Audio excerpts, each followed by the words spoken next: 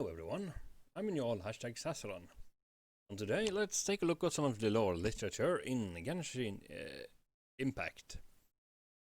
Veras Melancholy, Melancholy, Melancholy.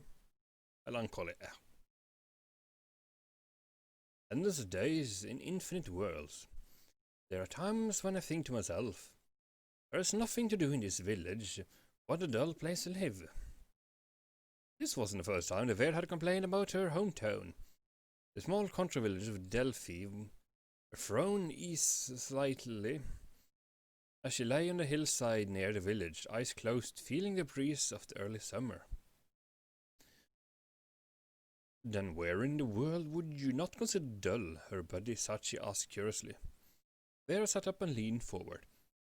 I believe on the other side of the starry sea, the planet inhabited by gods who can answer all prayers and wishes, and everyone bearing a wish is on a journey to get there. I believe in our universe there is a world currently in a war against doomsday, where the noble and elegant souls of fortune Valkyries burns bright, only for a brief, magnificent moment. You've been reading too many of those weird fantasy novels. But this village is dull. When was the last time anything fun happened around here? Funny you should say that. A new family did move into our village recently. Novelty and fun aren't the same thing. Despite what she said, Vera decided to pay a visit to the newcomer. Tachi, however, remembered his family's rules and walked back home for dinner. Vera gave the door to the newcomer's abode a gentle push. Much to her surprise, it wasn't closed. Anybody home? No sooner had the words left her mouth than the living room cupboard doors flew open and out jumped a black-haired boy wearing glasses. He was followed by a tentacled blue slime. Make way! Carl, why did you let the stranger in? Black-haired boy gently pushed Vera out of the way and picked up an axe by the door. You leave me no choice, since you have seen everything there is, only one thing for it. Thus began the biggest crisis in Vera's life. My backyard is slightly bigger than the entire universe. All I can do now is to ask for you to help me. Black-haired boy who called himself Ike handed Vera a kitchen knife. He walked back to the cupboard and began slashing at the tentacles frantically. Come, help me close the door. If a tentacle starts attacking you, use this kitchen knife to defend yourself. Ike's glasses were now covered in blue slime. Hurry! Can't let this evil demon cross into Delphi. Upon hearing his words, Vera helped Ike close the door. While they were pushing back the tentacles, Vera accidentally stabbed Ike twice in the back. Thankfully, Ike's healing spells were quite potent. I shall explain everything to you. I'm in fact over 1,000 years old. This door is a gateway to anywhere in the universe. The tentacle monster is an old one from a large Magellanic cloud. I went there to get something. Ike was covered in slime from head to foot at this point. He wipes his glasses with Vera's dress as he spoke. Is there anything else you would like to know? Who is tall? Vera didn't seem to mind. An evil spirit that resided in a man-devouring castle. He has served me as a butler ever since I subdued it. Strangely, it behaves quite friendly towards you. Vera's parent always reminded her that people are destined to build families, and that it was futile to entertain dreams of anything beyond their homestead. Her buddy Sachi told her that if a lively girl like her was to marry someone from a faraway land, the whole village would become unbearably lonely. The real reason Sachi said this was that he was something of a weakling and was sure to be ferociously bullied if he ended up having to play with the boys. The human spirit is too immature. I need to guide you both through the wonders of your childhood. I extend his inviting arms to Vera. You will sing every step of the way on your long journey to youth. From the Orion arm to the eternal Jahannam, From the torrents of time to the depths of the starry sea. How far is beyond? Any place in this universe is just as boring as my backyard, he said. The scale of everything is beyond follows the heart. Thus my heart is slightly bigger than the entire universe. Man who stole the Lone Star. I am the second rightful heir to the Andromeda Empire, and I have more than 200 titles to my name. You can call me the Princess Basilisk. Charming girl then crossed her arms and savoring the moment of entrance in her mind and giggling to herself in amusement. The sole reason for gracing Delphi with her presence was to marry Ike. If you, he who conquered a quarter of the universe, marry me, safety shall be guaranteed after my elder sister takes the throne. If I may ask, how big is the Andromeda Empire? Vera asked. I reckon there are more than 9,000 inhabited planets. With so many stars in your possession, why come to steal my brilliance? So, you aren't here to harm Vera? Sachi cautiously asked Ike, who was carrying the scrolls and globes of other planets. Of course not. I think she would make a great assistant. After putting everything down, he cupped his hand. You like her? Me? Not at all. I don't like her at all. Sachi looked away, worried that all the sage might discern his true feelings. He reached for a box full of photo frames and grabbed a few random, each picture depicting a different beauty. Look at them.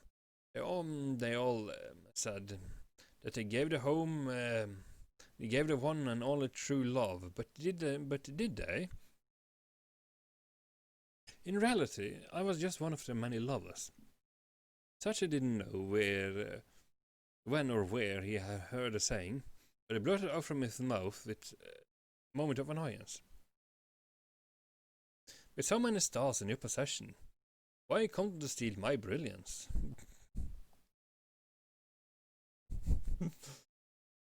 Roadside picnic. Right. When Ike was taking a nap, his servant waged a terrible war against the Dodger. The great wizard had subdued many gods and demons to serve under him. As the most formidable wizard of his day, Ike was in command of gods and demons more numerous than the entries in a dictionary.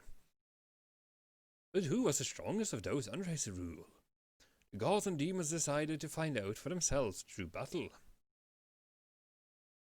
Unfortunately, they seem to have erroneously regarded as their own three who were neither gods nor demons.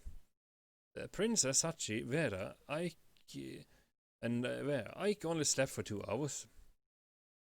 But in that time, 3 stars had already been destroyed. Why should I protect you? The princess pulled her hand away, and the giant demon plummeted to the ground, its eyeball gauze. The dominant race of the Andromeda Empire. They look lovely and sweet, but the palms grow two special mouth, which they use to devour the eyeballs of the lovers, and of those they vanquish. Are we not friends? Vera wiped the blood off her face and appeared to be hurt by the prince's words. Yes. The princess blushed and looked away. I already regard you as my only friend for what has happened. I was not referring to you, Vera. No, Sachi yelled as he gnawed the jaws of a dragon close around him. Do you surrender to me now? The giant dragon jeered. Surrender and concede that you are worthless, lowly rats, and I shall let you live. I surrender, let me go, Sachi screamed. Why? A lizard of your despicable breed should know better than to utter such foolish words. Even the geckos in my palace would crush you. The princess gave her wrist a twirl. No, this has nothing to do with me, Sachi yelled as the dragon cast him into the sky. And just like that, the battle between the two dominant species of Andromeda and the ancient giant dragon was over. The moral: you won't get hurt if you just surrender. Sachi was knocked out of the contest and woke Ike up with a slap of a slipper. Vera also survived thanks to the protection of the princess. Ah, you imbeciles! The mere sight of you revolting, do not come near me. Do not talk to me, do not look at me. Do not breathe the same air as me, you lowly scum. The princess could not have had a lower opinion of Sachi.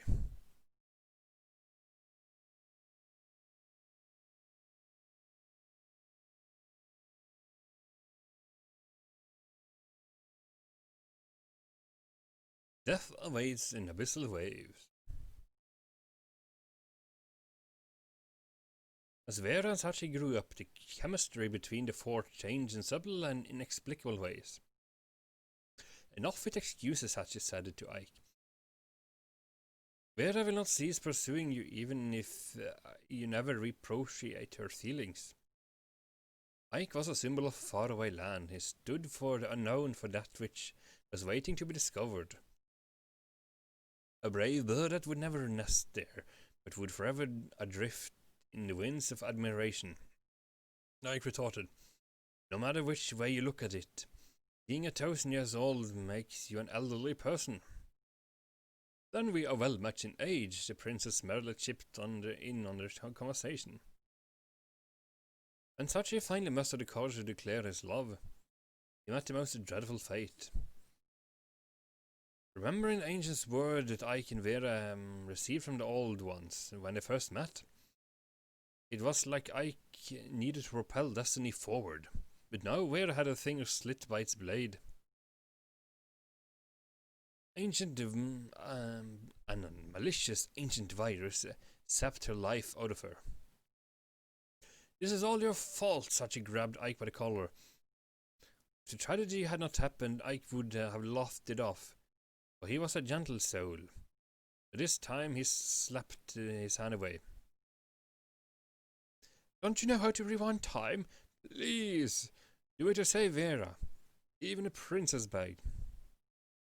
You do not understand. The only future can save the past, not the other way around. Ike bit his lip and the blood came flowing down.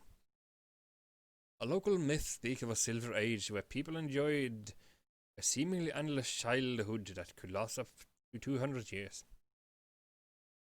This only made their short maturity a pain to bear. To the others, childhood was long gone, but youth was forever beyond their reach. To be continued in Veras Melancholy without Vera.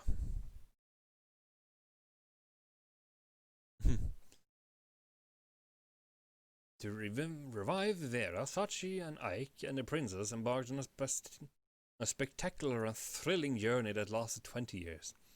From battling Signor Inferno to slaying the Star Devourer, the three had even rescued 2 galaxies and the Galaxy Empire, and eliminated 4 species of ruthless interstellar worms along the way. When Vera opened her eyes, she found herself in the arms of Sachi, now a hero of cosmic proportions. To the dominant species of Andromeda, 20 years was nothing more than a few seconds. The princess looked lovely as always, but her entrance was a curious mix of genuine happiness and loss. Sachi, having lost an eye in his adventures, was now a tall and strapping young man. His flowing tears soaked into Vera's shoulders. Though still prone to tears, he was no longer a feeble-minded self. Years had been kind to Ike, who after all this time still had that same old smile on his face. I am but an echo of time, Ike said as he began his preparation. As I said, the past cannot change the future, but the predetermined rules of equilibrium are slightly more powerful than me. But the future, with its infinite possibilities, could save the world. Ike transformed Sachi back into who he was 20 years ago, and time reversed itself. To the day of their departure, everything seems to remain unchanged between the four, though they realized that the innocence they once shared was once a thing that could never return. I'm sorry for depriving you of your childhood, Ike said. No, go. The youth that you have deserved awaits. I witnessed every wonder in the universe for your sake. And this was how my childhood ended, Sachi summoned every last ounce of its courage, as he stood before the girl of his destiny. I will never reach my youth without you by my side. But what will her answer be? Editor note.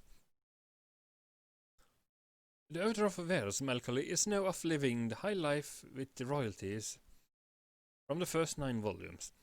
If you happen to see him in your corner of the universe, please help us impress upon the urgency with which we require the next volume.